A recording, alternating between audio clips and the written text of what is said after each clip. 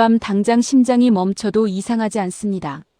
병원 복도의 차가운 공기가 이지혁의 폐부를 찔렀는데요. 33세 모든 것이 완벽했던 남자 이지혁의 심장이 시한폭탄이 되었습니다. 담당 의사의 목소리는 낮고 무거웠습니다. 당장 입원하지 않으면 생명을 보장할 수 없다는 경고였죠. 하지만 이지혁은 병원을 빠져나와 빗속으로 차를 몰았습니다. 자신이 쓰러지면 모든 진실이 묻히기 때문이었는데요. 그때 이지혁의 휴대폰이 비명처럼 울렸습니다. 발신번호 표시 제한으로 온 단 한 줄의 메시지. 입원하면 지은호가 먼저 무너져요. 당신 병, 우리가 다 알고 있습니다. 이지혁은 핸들을 잡은 손등에 핏대를 세웠습니다. 누군가 자신의 죽음조차 계획의 일부로 쓰고 있다는 공포. 그건 이지혁이 평생 느껴본 적 없는 서늘한 감각이었는데요. 이지혁은 병원 서류의 보호자 칸을 다시 확인했습니다. 거기엔 본인이 적지 않은 번호가 적혀 있었는데요. 그 번호는 하필 박성재의 아버지 박진석 대표의 직통 번호였습니다. 이지혁은 직감했습니다. 이건 단순한 질병이 아니라 누군가 설계한 판이라는 사실을요.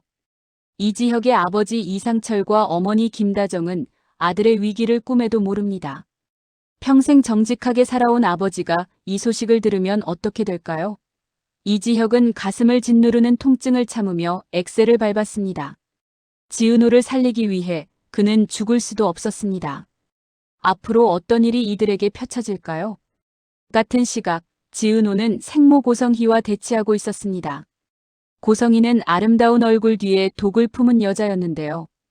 자신의 아들 우진이를 살리기 위해 딸 지은호의 간을 이용했습니다. 지은호는 떨리는 목소리로 물었습니다. 어떻게 엄마라는 사람이 나한테 이럴 수 있어? 고성희는 눈 하나 깜짝하지 않고 대답했는데요.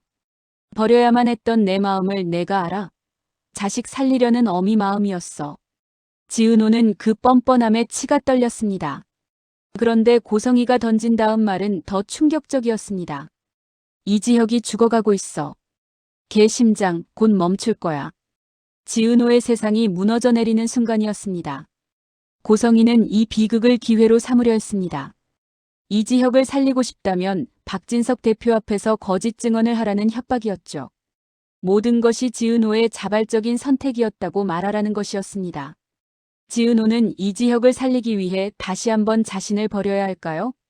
지은호의 남동생 지강호는 이 상황을 몰래 지켜보고 있었습니다. 평소 누나를 시기하며 열등감에 사로잡혔던 지강호.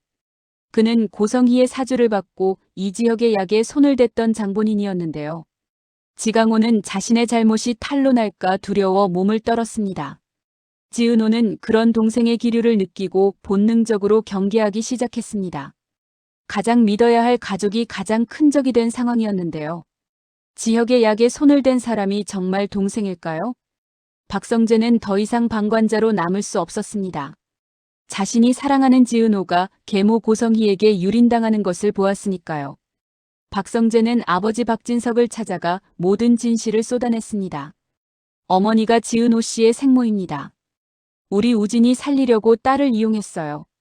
박진석은 호탕한 상남자였지만 배신은 참지 못하는 사람이었습니다. 그는 고성희가 자신을 속이고 사망 신고까지 조작했다는 사실에 폭주했습니다. 박진석은 당장 사람들을 풀어 고성희의 비밀 금고를 털기 시작했는데요.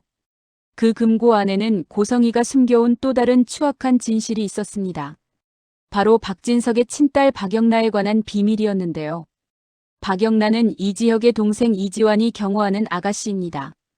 이지환은 삶의 의욕을 잃었었지만 영나를 보며 다시 살고 싶어졌죠.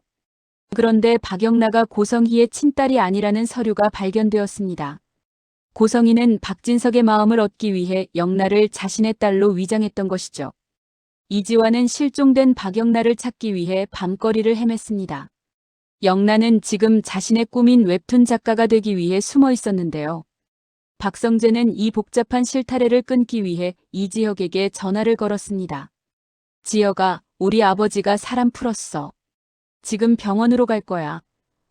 이지혁은 박성재의 목소리를 들으며 마지막 힘을 냈습니다. 자신이 쓰러지기 전에 이 모든 관계를 정리해야 했습니다. 박성재와 이지혁 두 친구의 우정은 이제 사랑과 증오 사이에서 요동쳤습니다. 앞으로 이 두 사람의 우정은 어떻게 될까요? 이지혁이 병원 응급실에 도착했을 때 지은호가 먼저 기다리고 있었습니다. 지은호는 피투성이가 된 마음으로 이지혁을 붙잡았습니다. 선배, 나 다 알아요. 왜 나한테 숨겼어요? 왜 혼자 아팠냐고. 이지혁은 차마 그녀의 얼굴을 똑바로 볼 수 없었습니다. 비혼주의라는 말로 그녀를 밀어냈던 건 결국 지키고 싶어서였으니까요. 이지혁은 지은호를 품에 안고 처음으로 속마음을 꺼냈습니다. 은호야, 내가 너무 늦었지? 미안해. 정말 미안해. 그 순간 고성희가 병실 문을 박차고 들어왔습니다.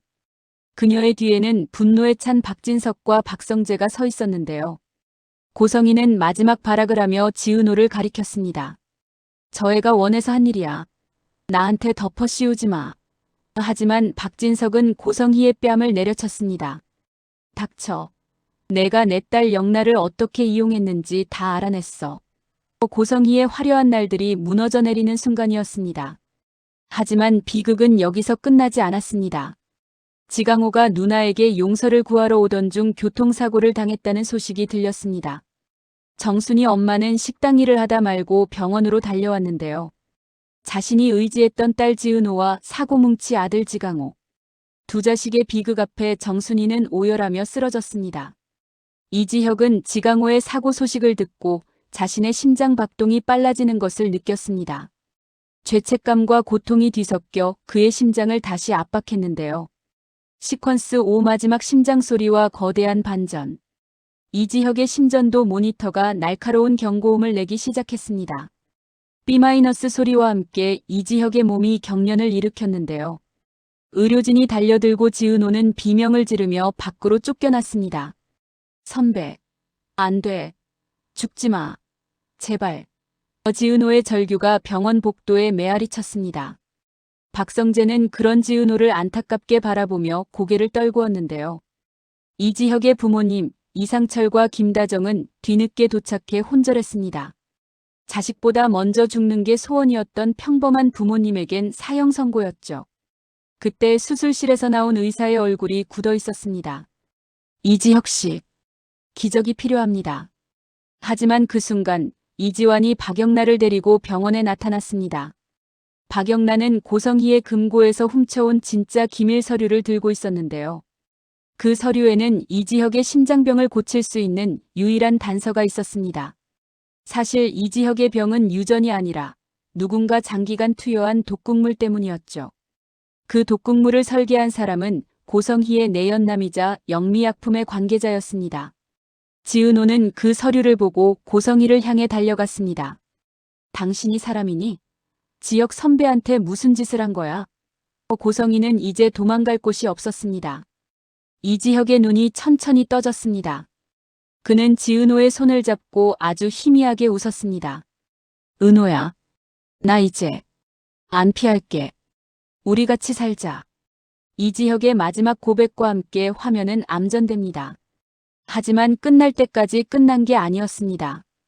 병원 복도 끝에서 지강호를 친 뺑소니 차량의 주인이 밝혀졌는데요. 그 차의 주인은 바로 박성재의 전 아내였습니다. 얽히고 설킨 이들의 운명은 과연 어디로 향하게 될까요? 고성희의 몰락 뒤에 숨겨진 더 큰 배후는 누구일까요? 다음 회 화려한 날들의 진짜 이야기가 시작됩니다.